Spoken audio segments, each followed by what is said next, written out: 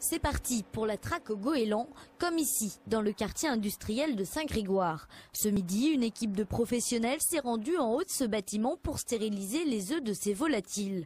Souvent synonymes de bruit, d'insalubrité et d'insécurité, les habitants se plaignent de la compagnie de cet animal. Alors, depuis 1996, les communes touchées mettent en œuvre une campagne contre la reproduction des goélands.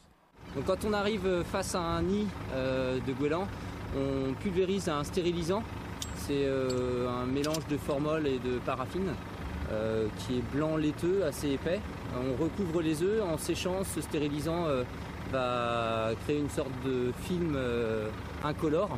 L'objectif étant que les goélands ne se rendent pas du tout compte qu'on a stérilisé des œufs. D'ailleurs, les nids sont souvent repérés grâce aux appels des riverains ou des entreprises qui alertent les services hygiène et environnement des mairies sur la présence des nuisibles.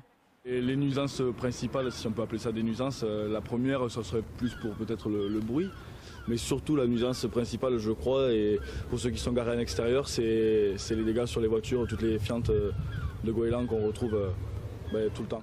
Même si les goélands occupent généralement les bords de mer, il est devenu plus facile pour certains oiseaux de s'adapter au milieu urbain que de trouver une place dans leur milieu naturel. Alors par précaution, la ville rappelle qu'il est interdit de nourrir ces oiseaux et surtout d'enlever les nids. En 2014, cette campagne avait permis de recenser 77 nids et 188 œufs sur les toits de la ville de Rennes.